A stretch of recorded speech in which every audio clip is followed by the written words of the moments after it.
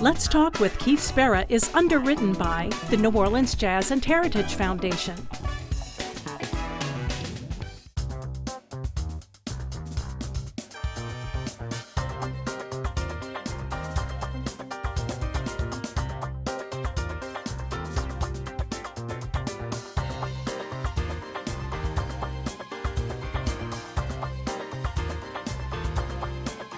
Hello, I'm Keith Spera from NOLA.com and the Times-Picayune.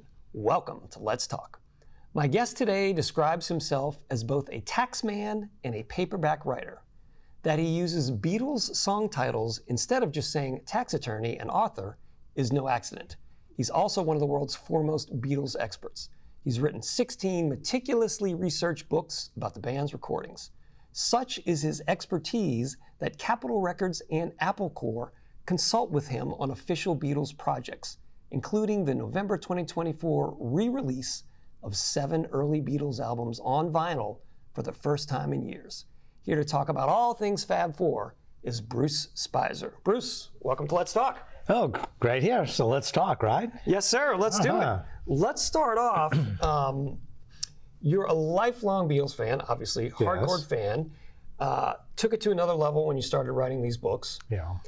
To now be a consultant on actual Beatles records, are you still pinching yourself that this happens? Yeah, it's crazy. You know, someone had told me when I was in high school that one day I would be doing consulting work on Beatle projects or being in Abbey Road Studios. I'd have wondered, what they were thinking. And, I'd done a book on Capitol, the Beatles, records that came out on Capitol. And when that book came out, I was at a Beatles convention in San Diego, and a guy came by my table and handed me his card. He was from Capitol, and we were chatting, and I told him that I was going to be taking the train from San Diego to LA the next day, and he said, look, I'll just give you a ride.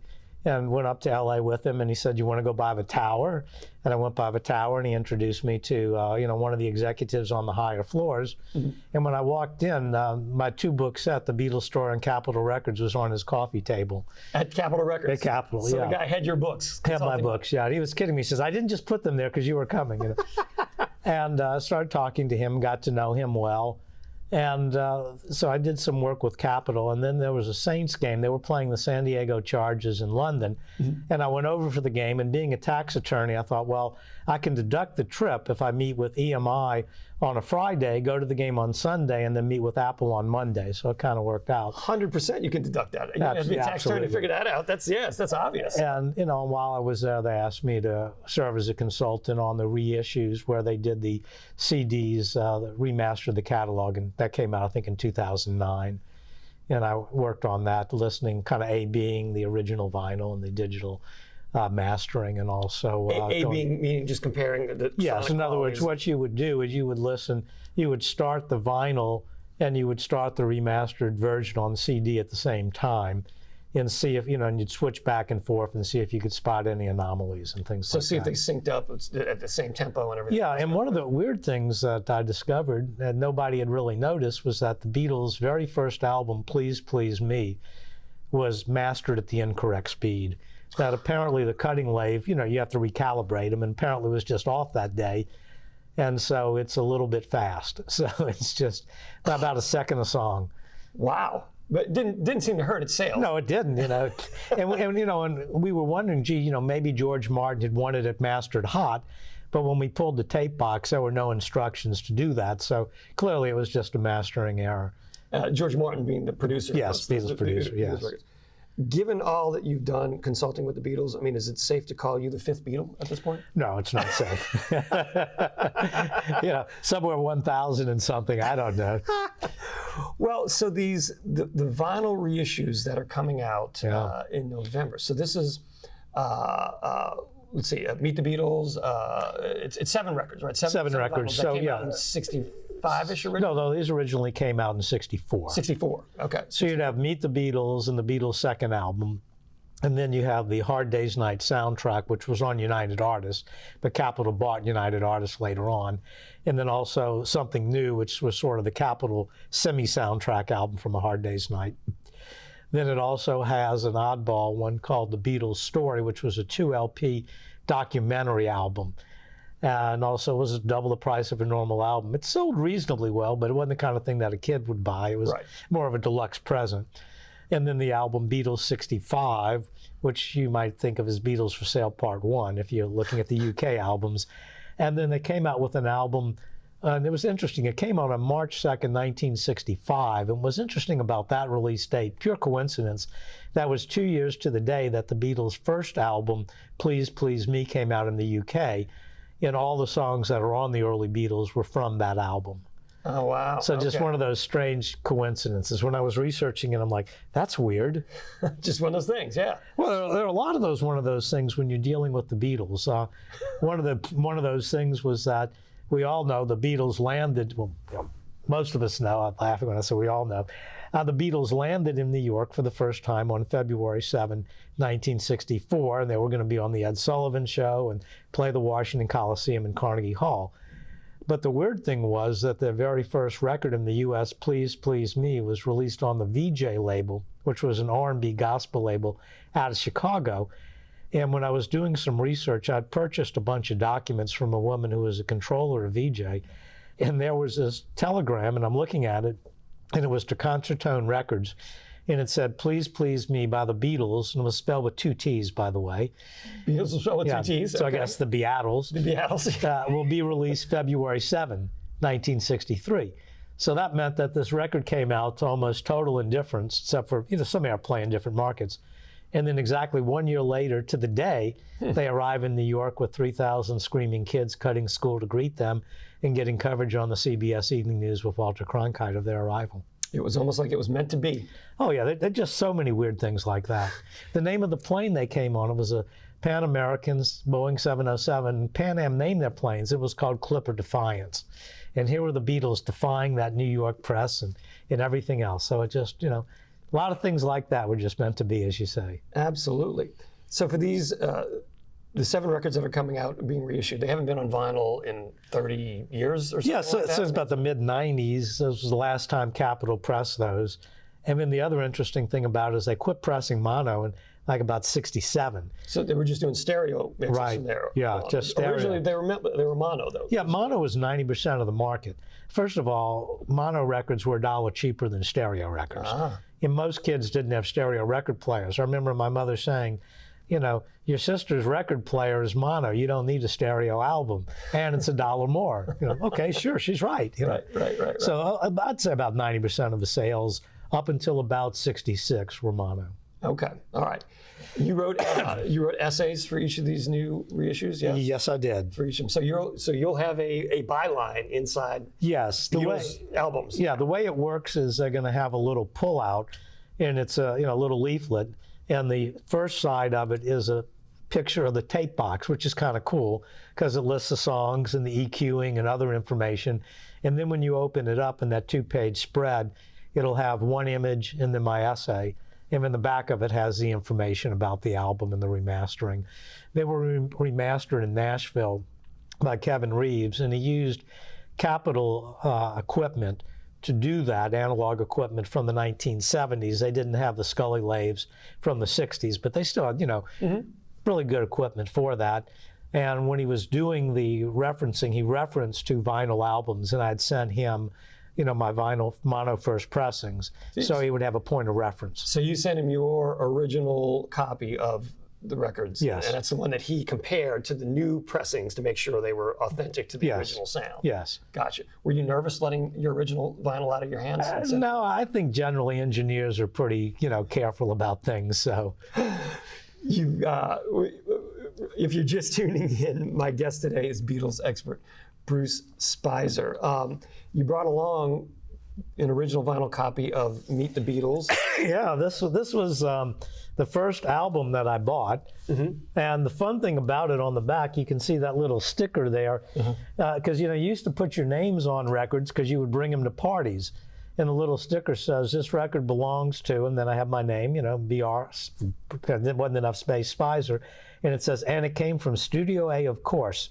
So Studio A was a record store right off Harrison Avenue on Marshall Fouche. In Lakeview? In Lakeview, and Harry Connick Sr. was the owner of Studio A. Was this pre Before he was a DA? This was pre-DA. This was back in 1964. Okay. All right. So he had a record store in Lakeview. I did not realize that about Eric Yeah. Connick Sr. Okay. So Yeah. you bought it at his record store. Yeah.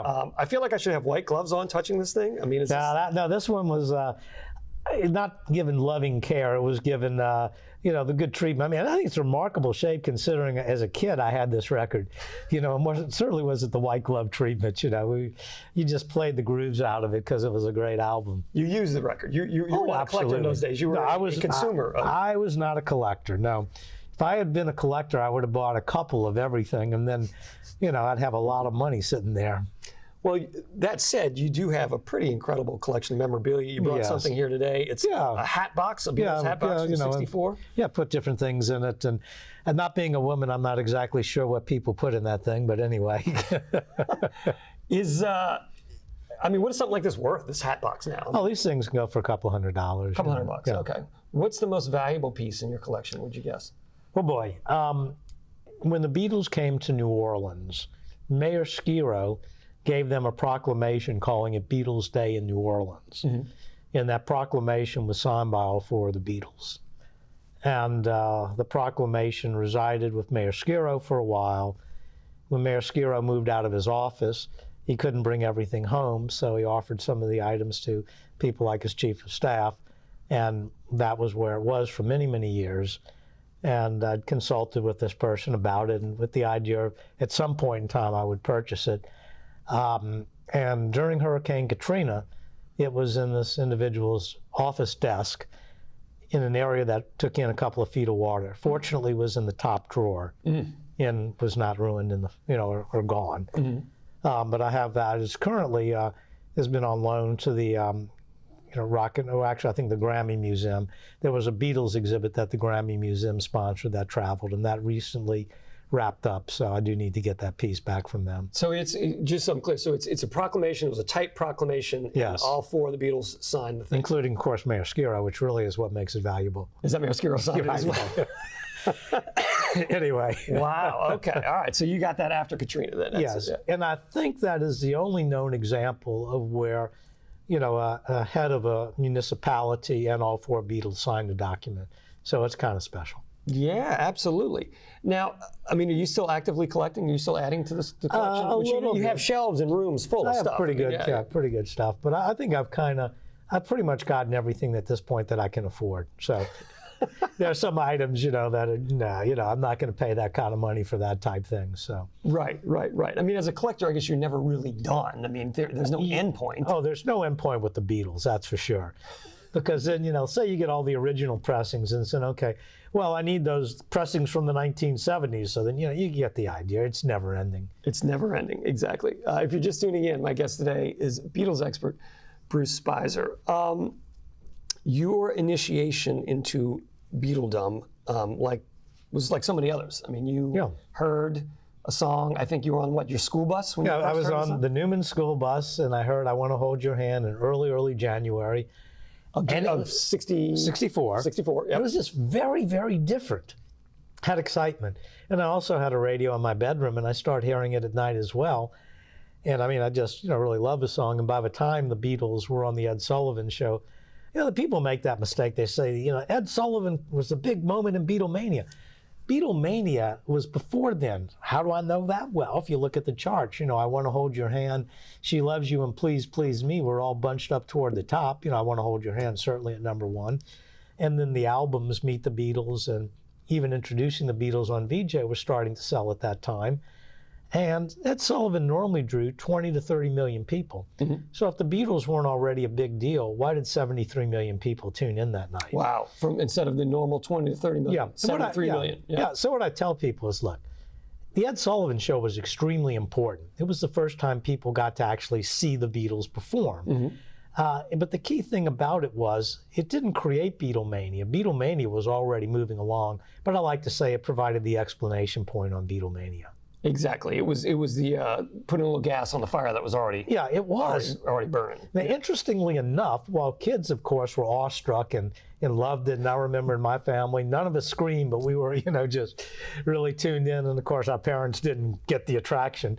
But the mainstream media was brutal. I mean, you read some of the TV reviews of the Beatles on the Sullivan Show, and I mean, it's, these are no talented people, that your dog can sing better. You get the idea. I mean, it's horrendous.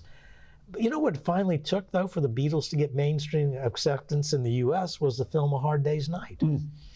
Because they realized, these guys are really funny. They can act a little bit.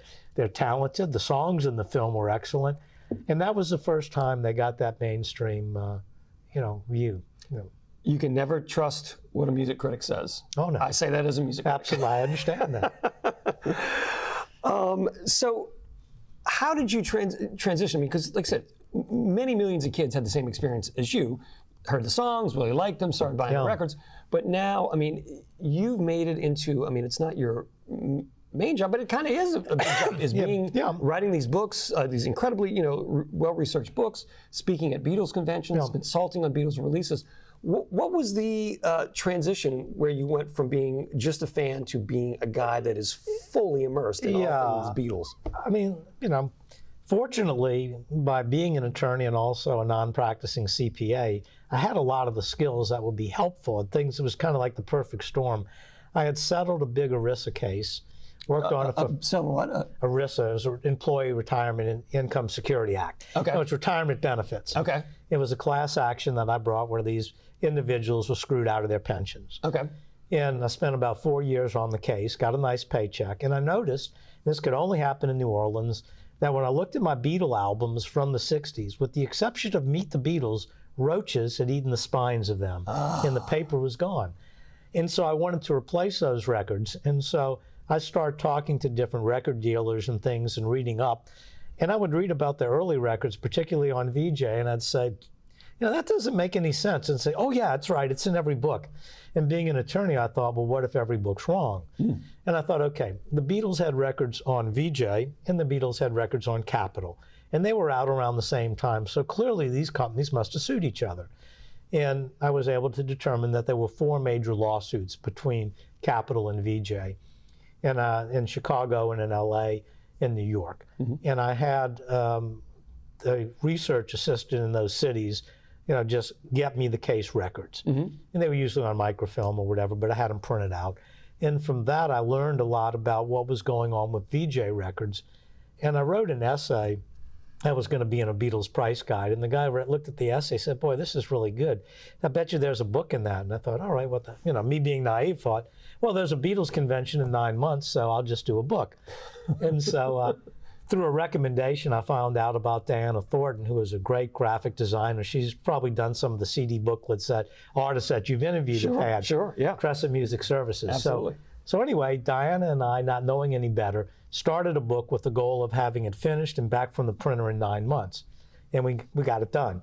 And the book was the Beatles records on VJ. This That's one what I have right here on the desk. Yes. This is the first. That's this is the one very that started first. the publishing empire. Yes. Your Beatles publishing empire, right? And the fun thing about it was VJ only had 16 Beatle masters, just 16 songs. But they managed to release 16 different records with creative marketing and the like. And it was fun kind of putting that story together. And so you got the bug and said, oh, there are more stories to tell within the Beatles. Well, that genre. book came out and people liked it. And they're like, well, when's your Capitol book coming out? And so I started working on a 2-book set on the Capitol records, one on the singles, one on the albums. But before that book even came out, they said, well, Bruce, you have to do a book on the records on Apple, their own company. And so people had plotted this whole course for me. And next thing you know, it's a whole series of books. And then, I said, okay, I'm done. I even did a book called The Beatles' Swan Song, which was a bit of a pun, called She Loves You and Other Records, because She Loves You had been on the Swan label. And that was going to be it. And then we had that 50th anniversary of Sgt. Pepper, and I said, okay, I'll write an article. And I did. But the problem was I couldn't think of a single magazine that would give it the graphics that I wanted. And so I thought, well, maybe I could put out no, I can't put out a magazine, but I know how to put out a book. And so I called up Diana, and she was like, okay, I knew you hadn't quit writing. And she made the suggestion that we go to rather than a 9x12 format, a 9x9 format. And that's what we started doing, what I call the Beatles album series, where each book covers either one album or a series of albums that are closely related. And that series has 9 books in it. That's the latest one right there on A Hard Day's Night. And the very last one will be coming out next summer. It'll be called Beatles for Sale to Help. Okay. Well, and so you sold what, like 100,000 copies total of these books? Oh, something like more that? than that, I'm sure. More than that. Okay. Yeah, All gross sales. This is gross sales, obviously not profit, but approaching about $3 million in book sales. $3 million in book sales. Because these books are. They're not. They're a little pricey, but you get a high quality, glossy, glossy, heavy stock. Yeah. Tons of photos. They're incredibly detailed. Yeah, So the idea is that a publisher would not do this. would not spend this much money per copy to make a book absolutely like this. not. Right. Maybe like Genesis Publishing that does these, $500 gold leaf books or whatever. But so I remember when I was at a Beatles convention when the VJ book came out, and a guy came up to my table and he was flipping through it, and he said, "This wasn't put out by a major publishing company, was it?" I said, "No." And he hands me his card. He was from like Random House or one of those. He goes, "We wouldn't do anything like that. It's really nice." Really nice. Exactly. Much more than they would spend. Once again, if you're just tuning in, my guest today is Beatles expert Bruce Spizer. Have you ever met any of the Beatles? Well, I have a little fun with this one. I have met Ringo. Mm-hmm. I have met Pete Best. Pete Best, who was the original drummer. Yes, and also met Chas Newby, who played bass with the Beatles for about 2 or 3 gigs before Paul reluctantly agreed to play bass. So he was in Liverpool. It was just a couple of gigs, but it's always funny because, he's one of the few people in the world that can say, "I was a Beatle," and he truly was. So you've not met Paul, right? No, I was for the Love Show. I was at the party they had in Las Vegas, and this is the Love Show in Las Vegas when they Yes. did a theatrical for the Beatles songs. Yeah, and Paul was kind of sitting down on a sofa holding court, and Ravi Shankar and Jeff Lynne and all these people are coming up to him. It just didn't feel right to walk up to him, so I said maybe I'll meet him some other time on better circumstances, or maybe not. You could have walked up to him and said, "Hey, I know more about your band than you do." Yeah, but that would have scared him. Exactly right. You've been calling security. Right? Yeah, get this guy out of here. You did meet George Martin, the producer? Oh, yes. Yeah. Met George, yeah? Yeah, met George Martin a couple of times. So. And was he was complimentary of your work, yeah? He knew who I was, which to me was amazing. Because, it was also at the Love Show, and I walked up to him, and I'd earlier asked a question at the press conference about the music, and I said, "Hello, Sir George, I'm Bruce Spizer." And he goes, "I know who you are, Bruce." And I was like, "Oh, okay." And he said, "I want to know, are we going to get brickbats thrown at us for this?" And what he meant was they had taken the Beatles recordings and used sort of mashups on them and flowing things in and out of different songs. And there was some concern on his part that purists about the music, such as me, would just think it was garbage. And, and I told him, "Oh, no, it's extremely well done. And people are going to enjoy it, and people are going to be trying to figure out where everything came from." So I said, there'll be some people that don't get it. Don't worry about them. Don't worry about them. No. The Beatles are used to criticism. They got it early on, and they did just fine. They did just fine. They used to call them, when I was researching the books, they had a term for them, the knockers. The knockers? The critics? Yes. I'm a knocker. That's well, no, I don't. Have you said anything critical about the Beatles? No, I have not. I know better than that. Real quick, we've only got about 3 minutes left here. What's the biggest myth about the Beatles that you dispelled with your research? What is the biggest error that's been out there that you proved to be wrong? Well, I think the Beatles' first album, introducing the Beatles in the U.S., the first album, it was supposed to come out in the summer of '63, and all the books had it coming out in the summer of '63. And I conclusively proved it did not come out until January 10, 1964. It was scheduled to come out then, but VJ ran out of money because their president, Ewart Abner, had a gambling problem, and he embezzled company money to pay off his gambling debts. So they were not able to put out any product for several months. In introducing the Beatles was one of the things that was not put out. They actually did make about 600 front cover slicks, so they figured they could probably sell about 600 copies of it. 600 copies. Actually 6,000, I think. But anyway, they didn't have big expectations. No, not a lot of confidence. No, they really were thinking about. I think it was 6,000 they did. So they were looking at maybe a $5,000 album run. Oh my gosh. For introducing the Beatles. Now, when the Beatles became popular, they put the album out at that time, even though whether they had the rights or not was questionable, and it sold 1.4 million. Bear in mind, and real quick, here's the thing about it. Albums before the Beatles, teen albums, 250,000 units was off the charts. In Capitol, it forecast for Meet the Beatles about 250,000 copies. In between 2 and 3 months, they had sold 3.6 million. So they just blew the doors out. Absolutely. Just reset the whole market. They really did. What it showed, albums used to have 1 or 2 good songs and filler. The Beatle albums, every song was great, and that taught the record industry a lesson. If you take time and put out really good albums with great songs, kids will buy them. Kids will buy them. And yeah, and then they got so ambitious with obviously Sgt. Pepper's and these concept albums. I mean, they really redefined what an album was. Oh, absolutely. What you can do with an album. Yes. And being ambitious with it. Let's say you do meet Paul McCartney one day. What would be your opening? What would you say to him? I would tell Paul that before the Beatles, my favorite group was the Coasters, and he would appreciate that because the Beatles loved the Coasters as well. And I had that album, The Coasters' Greatest Hits, that a relative had given to my older sisters, and I permanently borrowed it from them many years ago, and I'm not giving it back. Good for you. Do you still listen to Beatles records? I mean, do you put it on as many times as you heard it? I do, particularly when I'm writing a book. I kind of immerse myself in it. And, and it's funny because you sometimes hear things you didn't really notice before. Oh, I didn't notice that shaker in the background. Or, oh, yeah, that song has cowbell. And John Lennon says cowbell's in that song, but that song doesn't have cowbell. It should, but it doesn't. You just know little nuances. And that's the fun thing about listening to it. Is that there's always something new to discover. There is. Well, I hope, maybe with these reissues that are coming out of those first records, they'll be nice, clean, well-produced copies, so people may be able to find some new hidden dimensions in those I think so. They're going to sound really good. I heard a couple of the albums while I was in London on the, test pressings, or not pressing, but the mastering on it, and they sounded really good. Awesome. And I hear they got some pretty good essays in there by a guy called Bruce Spizer. Yeah, I think those will hold up okay. And the hardest part on that was, when you've got to limit it to about 1,600 words.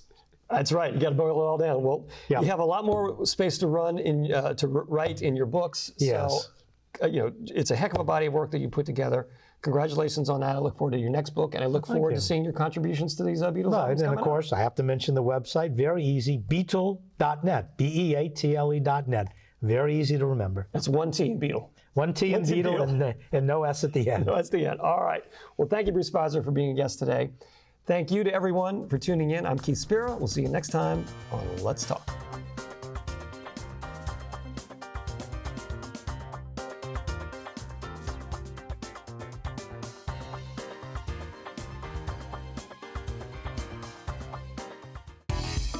Let's Talk with Keith Spera is underwritten by the New Orleans Jazz and Heritage Foundation.